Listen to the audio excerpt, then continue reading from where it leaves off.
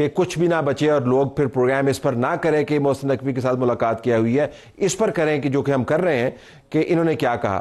یہ تو پھر ایسکلیٹ ہو رہا ہے نا، ہر بیان کے بعد اس طرح کا بیان، تو یہ تو پھر ایسکلیٹری لیڈر کے اوپر ہم چڑھ گئے.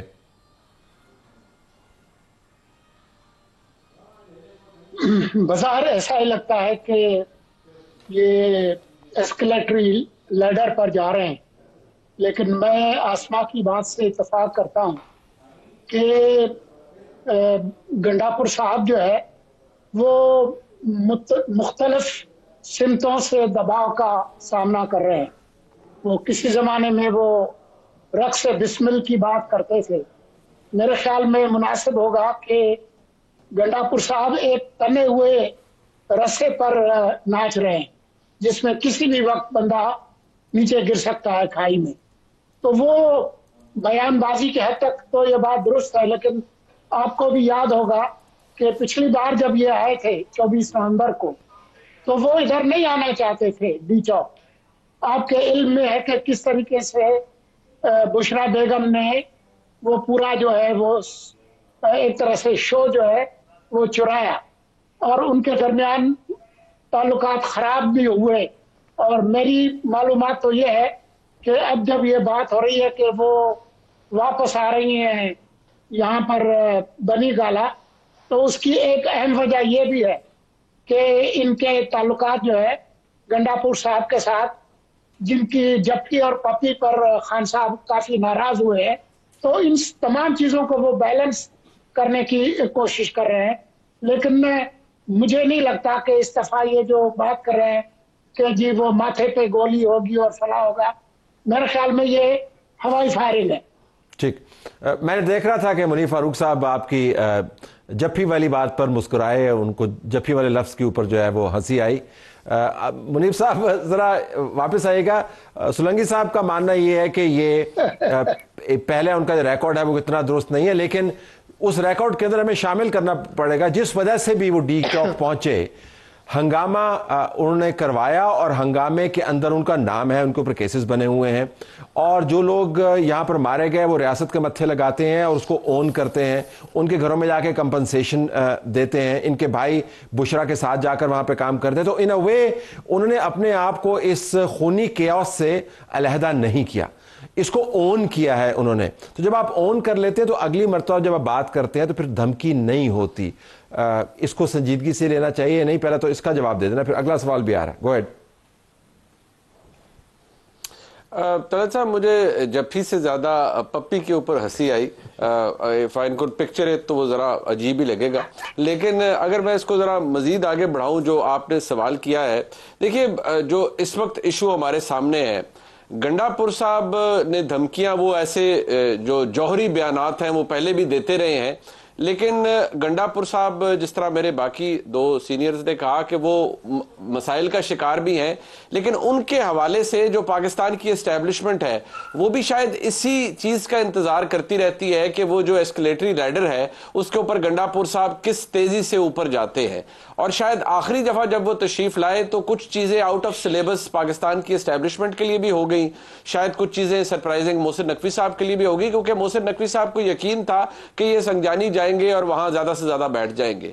جو سلسلہ شروع ہوا، پھر اس کے بعد جو ڈنڈا چلا اور جو سب کچھ ہوا، تو اب مجھے لگتا ہے کہ گنڈاپور صاحب کی جو دھمکیاں ہیں ان کو کوئی اتنی سیریسلی بھی نہیں لیتا. اور شاید یہ بھی ہے کہ اگر اس کے بعد وہ کچھ کریں گے تو پھر گنڈاپور صاحب کی پہلے تو سمپل ڈریسنگ ڈاؤن ان کو ڈریس ڈاؤن کیا جاتا تھا یا ان کو ریپریمانڈ کیا جاتا تھا. کبھی وہ 8 گھنٹے کے لیے انکمیونیکیڈو ہو جاتے تھے، کبھی پھر وہ 12 اضلاع کراس کر کے جن کا جغرافیہ آج تک میں نہیں سمجھ سکا وہ کے پی واپس تشریف لے جاتے تھے.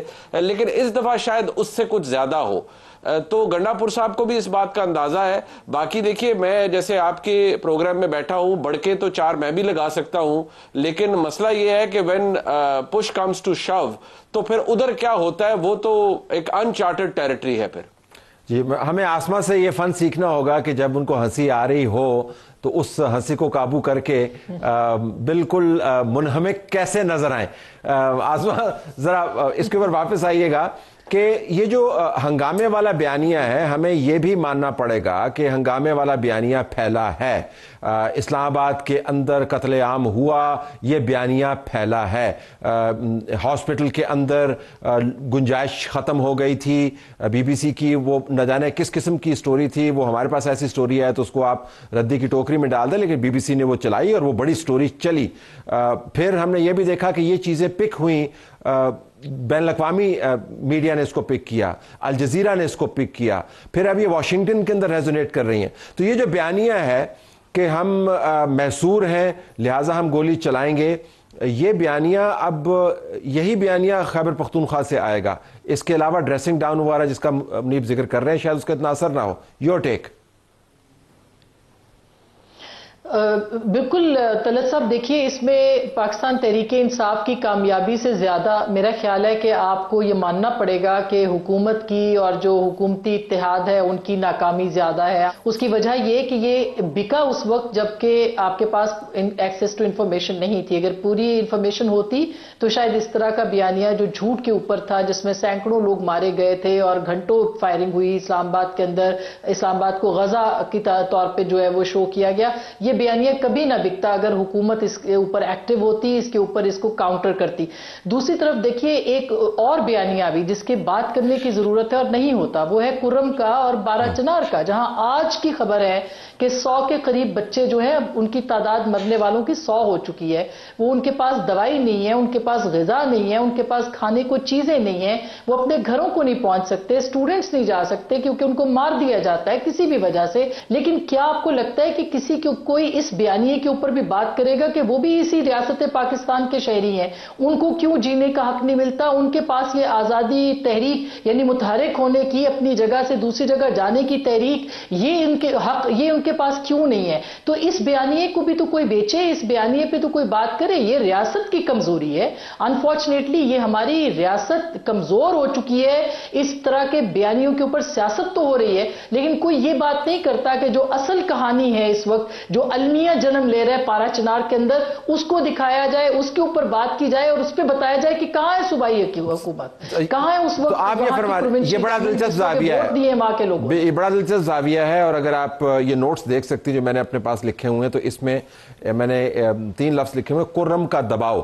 تو آپ جو ذکر کر رہے ہیں کہ اصل میں اس معاملے سے ڈسٹریکٹ کرنے کے لیے تو لیکن اگر میں مرزا صاحب سے چاہوں گا یہ تو ریفلیکٹ کریں کہ کیا اندرونی کارکردگی جو کہ نہ ہونے کے برابر ہے اور ہمیں نظر آتا ہے صرف کرم کے اندر ہی بہت بڑا سانحہ جنم نہیں رہ رہا، آپ کی تمام بارڈر جو ہے اس کے اوپر آپ کو ہنگامہ اور دہشت گردی نظر آتی ہے.